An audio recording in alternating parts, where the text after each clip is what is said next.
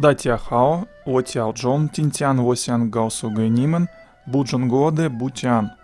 Ладно, теперь по-русски. Предлагаю сегодня обсудить такой вопрос. Что такое китайская стена и для чего она была построена? Несколько лет назад на ютубе появились ролики о том, что китайская стена строилась от китайцев, так как зубцы находятся на стороне Китая. Затем другие блогеры, которые, скорее всего, ни разу не были в Китае, выступили с опровержением и рассказали в своих сюжетах, что зубцы находятся на нужной стороне. Я же хочу обратить ваше внимание на то, а что такое китайская стена вообще и для чего она была построена в труднопроходимых горах на самом деле. Начну с того, что в 2012 году я был в Китае и видел два участка стены. Один участок был рядом с городом Пекин, а другой участок был рядом с городом Чэнду, провинция Сычуань. К строительству стены как оборонительного сооружения есть ряд вопросов. Первый вопрос. Стена построена в безлюдных горных регионах Китая, что очень сильно усложняло строительство. Хотя строители могли отойти от гор на несколько километров, либо десятков километров, и построить стену на равнине, но они почему-то этого не сделали. На строительство стены в горах Китая были потрачены колоссальные средства. Для строительства были привлечены сотни, если не миллионы рабочих. Строителям нужно было сделать инструмент, строителей нужно было кормить, строителям нужно было предоставить жилье. Не проще ли было перековать лопаты и кирки на мечи и копья и пойти и дать по щам агрессору? Предположим, что китайцы были мирная нация, но из тех же рабочих на деньги, предназначенные для строительства, можно было создать хорошо вооруженную, не нападающую ни на кого армию, ту армию, которая охраняла бы Китай на территории Китая. Но почему-то этого не было сделано. Второй вопрос. Представим ситуацию так, как описывают ее историки. Есть две страны. Одна страна — это страна-агрессор, по всей видимости Монголия, и вторая страна — жертва, Китай. Монголы из года в год, а иногда несколько раз в год нападали на китайцев. Грабили их, уводили мужчин в рабство, а женщин в наложницы. Кочевников такое положение вещей, естественно, устраивало. И так продолжается десятилетиями и столетиями, по официальной истории. И тут китайцы решают с этим покончить и начинают строительство стены. Стену строят очень долго, столетия. И при этом кочевники, по всей видимости, ничего не предпринимают, чтобы помешать строительству. То есть кочевники понимают, что если китайцы достроят стену, то они им прикроют лавочку. Через какое-то время спокойно пограбить китайцев уже не получится. Но почему-то кочевники не находят возможности помешать строительству, и стена достраивается полностью. Скептики-историки скажут, что строительство стены прикрывали войска Китая, но раньше эти же самые войска Китая не могли обеспечивать безопасность своей страны, и их постоянно грабили кочевники. Получается, что с официальной точки зрения, только после начала строительства стены, китайская армия каким-то непостижимым образом совершенствуется. Допустим, в Китае были изобретены новые мечи, либо доспехи, и эти два события совпали, и страшные, ужасные, многочисленные кочевники не смогли помешать строительству. Далее получается следующая ситуация. Китайская армия рабочих под прикрытием армии военных спокойно достраивает стену, и Китай становится как бы в домике под защитой стены. Отсюда вытекают следующие вопросы. Если китайская армия неожиданно стала сильной, то зачем они достраивали стену? На всякий случай, если же китайская армия с началом строительства стены не стала сильной, то кочевники не дали бы им достроить стену. Третий вопрос и самый важный. Стена находится в крайне труднодоступной горной местности и проходит по самой вершине горного хребта. Туристов туда поднимают на фуникулере. И если идти туда пешком от автомобильной стоянки до самой стены, то на это уйдет несколько часов. Дорогу к китайской стене проложили совсем недавно. И то в одном месте, чтобы возить туристов. А с обратной стороны стены дорог нет вообще никаких. Там труднопроходимые скалистые горы. Конечно, это не Эверест, но горки до 300-500 метров там есть. Естественно, возникает вопрос, зачем строить стену в горах, в местности, куда пройти и так очень сложно. Давайте немного пофантазируем и представим то, как враги двигались к Китаю с официальной точки зрения. Предположим, что китайцы в первую очередь перекрыли все равнинные участки. Перекрыли эти участки либо стеной, либо войсками. У врагов остается один путь – идти через горы. Что было в горах в то время вместо стены? Деревянный частокол, либо дозорные отряды, мы не знаем. Но мы знаем, что данная территория представляет собой труднопроходимую скалистую территорию. Лично у меня возникли сомнения, что кто-либо имел возможность нападать на Китай, проходя через горы. Врагами Китая историки называют кочевников, а особенность кочевников – перемещение на лошади и ведение боевых действий с лошади. Для успешного ведения боевых действий многочисленной армии нужно иметь хорошее снабжение. Нужно вести с собой как минимум продукты питания, воду и оружие. Вести грузы на лошадях можно двумя способами. Способ первый – на телегах и обозах. Способ второй навьючить все на лошадей. На телегах и обозах без дорог далеко не уедешь. А дорог там нет и в наши дни. Соответственно, обозов и телег у предположительных кочевников не было. Если весь груз для снабжения, допустим, 50-тысячной армии навьючить на лошадей, то увеличится нагрузка на копыта. И неподкованная лошадь, особенно в горах, запросто собьет копыта в кровь и не сможет идти дальше. Сами же историки утверждают, что монголы не подковывали своих лошадей, потому что у них не хватало железа, а вместо этого брали с собой по 6-8 запасных лошадей. Конечно, лошади могут передвигаться по горам, но это подкованные, специально обученные лошади, с обученным ездаком, со специальной сбруей и седлом. Было ли это все у монголов в количестве, достаточном для нападения на целое государство? Как только большая часть неподкованных лошадей сбивает свои копыта, кочевники должны были их оставить. Далее кочевники должны были спешиться и сгрузить с лошадей весь груз: еду, воду, оружие, спички, котелки, веревки, альпинистское снаряжение, карты, компас, палатки, где-то достать рюкзак, сложить все в рюкзак, надеть прочную, но легкую обувь и идти далее пешком через скалы, камни, ручьи китайской долине, в труднопроходимых участках применяя альпинистское снаряжение. То есть уровень снаряжения у кочевников должен был быть на очень высоком уровне. Босиком, с бурдюком в руках, по горам много не походишь. Очень важный вопрос: в чем кочевники носили воду? Воды нужно по 2 литра на человека в сутки. С собой каждый кочевник мог носить кожаный мешок с пробкой. А как была организована перевозка больших запасов воды? В бочках, в амфорах, а может быть в кувшинах. Кто-то скажет, они пили из горных ручьев. Хорошо, если эти ручьи были, а если ручьев не было? Откуда они знали заранее, есть ли там ручьи в это время года? Либо они уже пересохли из-за жары. Зная приближение кочевников, китайцы могли специально испортить ручьи, например, забросить падаль в ручей вверху по течению. Если питьевой воды нет, то это уже не военная операция, а экстремальное выживание. На просторах интернета можно встретить такую информацию, что пили кровь лошадей. Хорошо, допустим. А что пили лошади? А что они пили, когда они спешились и пошли пешком, если нет ручьев? Конечно, они могли взять с собой лошадь, если она могла там пройти. А если лошадь, например, не могла пройти, то им, получается, нужно было брать с собой дополнительных товарищей и убивать их и пить их кровь просто для того, чтобы попить воды. На самом деле вопросы снаряжения, еды и воды, они очень важные. В любой армии без снабжения, без воды никакие боевые действия невозможны. Теперь поговорим об экипировке. Вес всего того, что я уже перечислил, примерно равняется 30-40 килограммам. И взять с собой, например, защитные доспехи они уже не могли, иначе бы они просто не унесли все это на себе. Скажу по-другому, кочевники должны были обладать навыками скалолазов-диверсантов, и этими навыками должны были обладать большинство кочевников. Помимо навыков скалолазания, у каждого кочевника должно было быть специальное снаряжение.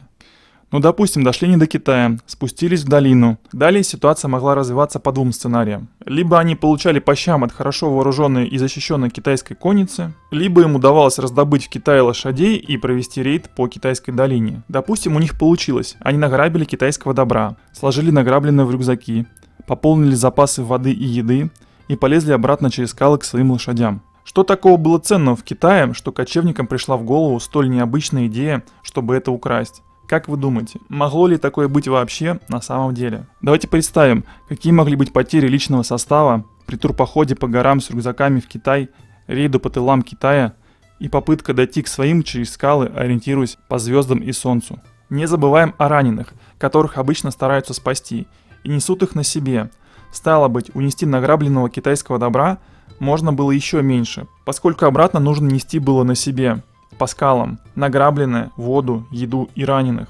Кто-то может сказать, что раненых солдат бросали, либо добивали сами кочевники. Допустим, а как быть с офицерами и с военачальниками? Их тоже бросали на участь китайской армии, либо их добивали самостоятельно? Я все-таки думаю, что в любой адекватной армии своих раненых офицеров, своих раненых военачальников солдаты стараются спасти и не допустить их пленения со стороны противника. Спасение раненых делает всю военную операцию кочевников против Китая в горной местности при отсутствии дорог и при неподкованных лошадях полным абсурдом. По моему мнению, получается очень такой сомнительный турпоход. Предположу, что в наши дни с современным оборудованием и материалами совершить марш-бросок по горам с боевыми столкновениями, с дозорными частями, с рейдом по тылам противника способны далеко не все военные части, а лишь военные части, имеющие специальную подготовку, по-другому говоря, спецназ. Мог ли быть такой спецназ у кочевников в том виде, в котором нам рисуют историки? Насчет того, что я вам рассказываю, я проконсультировался у спецназовца и получил следующие комментарии. При такой местности стена как таковая не нужна. Да, только спецы смогут пройти, и если учесть оборону, местность открыта, и со стены хоть камнями закидывай. Ее можно было использовать как оборонительную, но без огнестрельного оружия ее сложно взять. Можно, но с большими потерями. Идея возводить непрерывную тысячекилометровую защитную стену в горной местности за всю историю человечества более никому не приходила в голову. Обычно в горной местности стараются взять под контроль горные дороги и перевалы, только там, где можно пройти пешком и проехать на лошади. Многочисленная армия не может пройти через ущелья и скалы, поскольку обозы с продовольствием там не проедут, и всю еду, воду и оружие придется нести на себе. Без снабжения длительное время любая армия воевать не сможет. В горной труднопроходимой местности никто не пытается контролировать протяженные труднопроходимые участки, потому что всем известно, где пройти можно, а где нельзя. Поэтому сейчас и раньше в горной местности берут под контроль самые опасные направления. Думаю, вы уже понимаете, что для полномасштабных военных действий против хорошо вооруженного противника нужна дорога. Только по дороге могут быть оперативно переброшены десятки и сотни тысяч солдат. Обозы с продовольствием. По этой же дороге на обозах логично вывести награбленное. Единственное повторение опыта строительства аналога китайской стены в труднопроходимой горной местности было на границе Северной и Южной Кореи. Сама стена сделана, естественно, не из камня, а из сетки и колючей проволоки. Думаю, понятно, что такую стену сделать десятки тысяч раз проще, чем каменную. В случае с Северной и Южной Кореей стена предназначена не для сдерживания армии, а для предотвращения прохода нелегалов. Китайская стена, напротив, проложена в очень труднопроходимых местах, там, где вообще невозможно пройти ни с одной стороны, ни с другой. Казалось бы, в самых непроходимых местах могли бы ограничиться наблюдательной башней на вершине, а вместо непрерывной стены в самом труднопроходимом месте могли построить тропу на вершину. Для удобства могли бы прорубить ступени в скале, и этого было бы более чем достаточно. Все равно ни с одной, ни с другой стороны, на самых пиках гор, подобраться вплотную к стене ни с одной стороны, ни с другой стороны практически невозможно. Другими словами, сама местность, сам природный ландшафт представляет собой непроходимый участок. Еще одна странность китайской стены – это башни, в которых очень много маленьких вспомогательных помещений, настолько небольших, что там могут поместиться 2-3 человека, и то сидя. Такие помещения больше подойдут либо для туалета, либо в качестве кладовки. Основные помещения башни тоже очень небольшие, и в них может разместиться человек 15, по моим прикидкам. Эти башни имеют несколько этажей, и между этими этажами, в башнях, в которых я был, нет каменных ступеней наверх. А если бы каменная лестница и была, то непонятно, где эту лестницу разместить, поскольку эта лестница перекроет проход. Как мы видим, сейчас здесь установлена металлическая лестница, а на самый верхний ярус не было лестницы вообще, и мы лазили с помощью доски, которую кто-то притащил.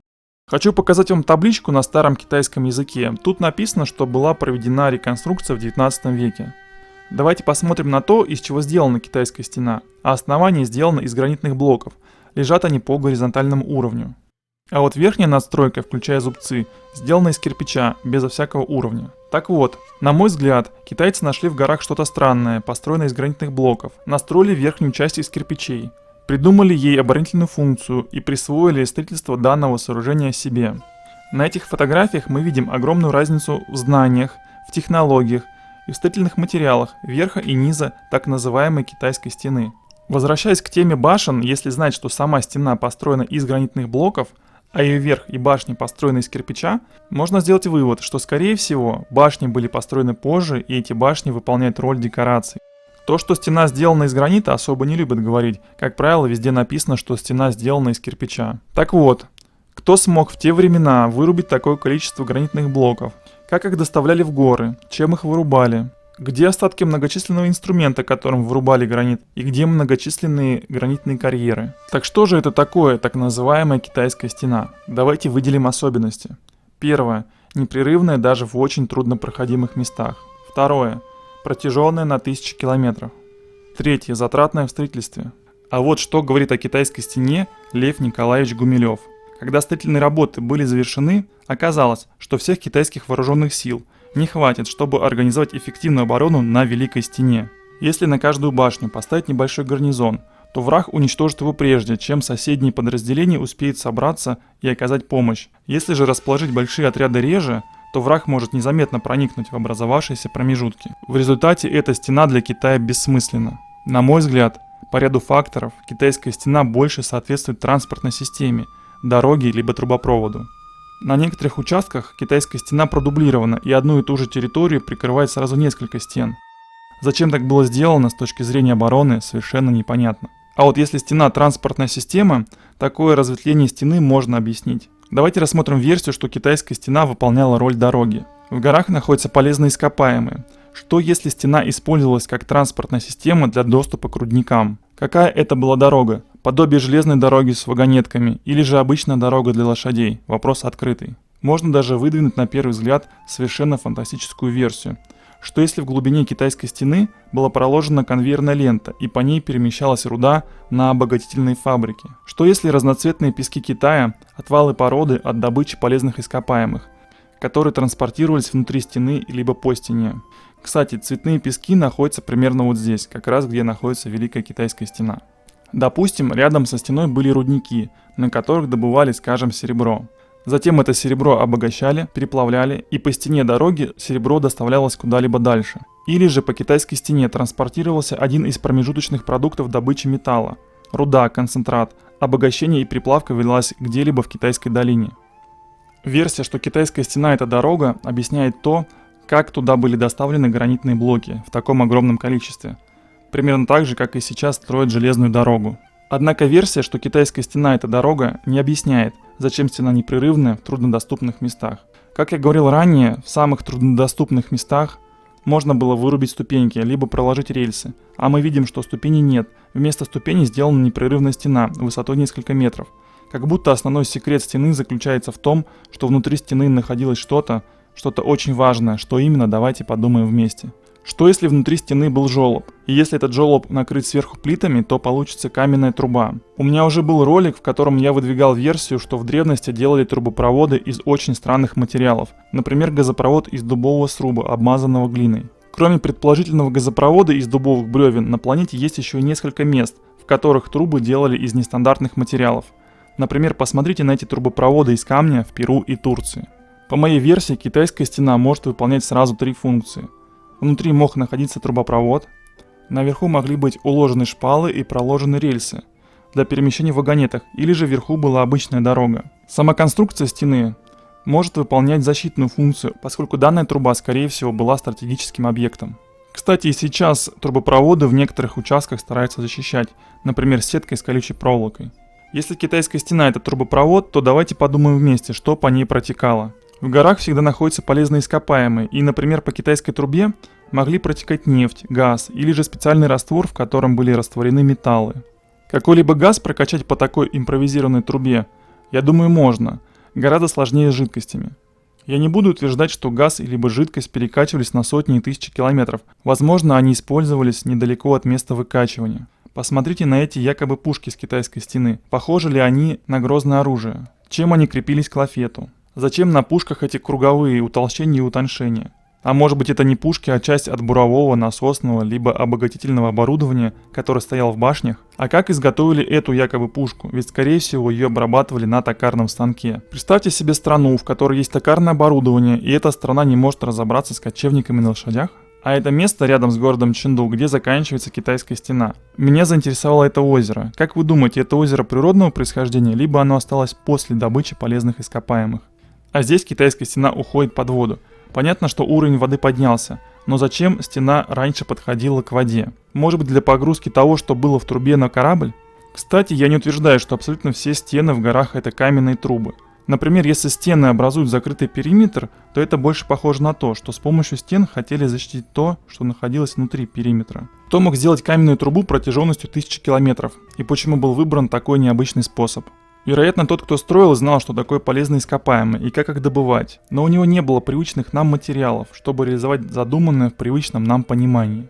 Возможно, каменную трубу построили после очередной катастрофы, когда знания сохранились, а технологий по производству большого количества стальных труб еще нет. Кстати, если стена, труба либо дорога добывала полезные ископаемые, то ее строительство оправдано с экономической точки зрения и не выглядит столь безумной затеей, как строительство стены для обороны от кочевников, на которую так никто ни разу и не напал.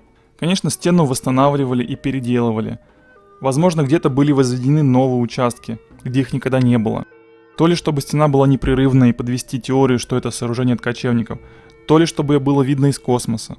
Если знать, что оригинальная китайская стена имеет гранитное основание, то те участки стены, которые построены полностью из кирпича, это новодел и поздние доделки достройки. Вот здесь на этих фотографиях вы видите, как развалились участки стены, сделанные из кирпича и внутри которых находилась глина либо какая-то земля. Насчет того, кто построил китайскую стену. В интернете ходит множество версий, что в мире не существует азиатских либо монголоидных черепов старше 150 лет. Картин, написанных в 18 веке и изображающих монголоидов, найти не удалось. В старинных якобы китайских гробницах находят бородатых рыжеволосых мужчин, которые совсем не похожи на китайцев. И в завершении ролика хотел сказать следующее. В 1594 году в Испании была построена гравитационная плотина Таби высотой 42 метра. Официально ее построили римляне. Официально она предназначалась для добычи золота. Римляне находили гору, в которой предположительно находилось золото. К этой горе строили канал, затем плотину спускали, и к этой горе устремлялся поток воды. Этот поток воды смывал гору и обнажал то, что находилось внутри скалы. Таким образом, смыв гору, римляне получали доступ к золоту, которое находилось внутри скалы. Примерно такое объяснение дают многочисленным плотинам в Европе. Но это не точно. Но старинные плотины возрастом 400 и 1000 лет, которые, кстати, действуют до сих пор, есть не только в Европе, но и в Японии. Думаю, вы в курсе, что японцы не коренное население Японии, а коренное население Японии – айны, которые жили в Японии минимум 12 тысяч лет. То есть, когда официально в степях Евразии бегали кочевники с копьями, в Японии айны строят бетонные плотины, которые, кстати, работают по сей день. С нашей историей явно что-то не так. Что если айны и их соплеменники как раз и населяли большую часть земли до катастрофы, и айны и их соплеменники строили столь сложные инженерные сооружения по всему миру? Конечно, моя версия, что китайская стена — это дорога либо труба, может показаться кому-то очень смелой, либо даже бредовой. Я предлагаю вам обсудить в комментариях, что, по вашему мнению, была китайская стена и какую функцию она выполняла. Только лишь защитную, либо же с помощью китайской стены что-либо транспортировали из точки А в точку Б. И что это могло быть, по вашему мнению? На этом все. Если ролик вам понравился, ставьте большой палец вверх, подписывайтесь на канал, пишите свои мысли в комментариях. До новых встреч. Пока-пока.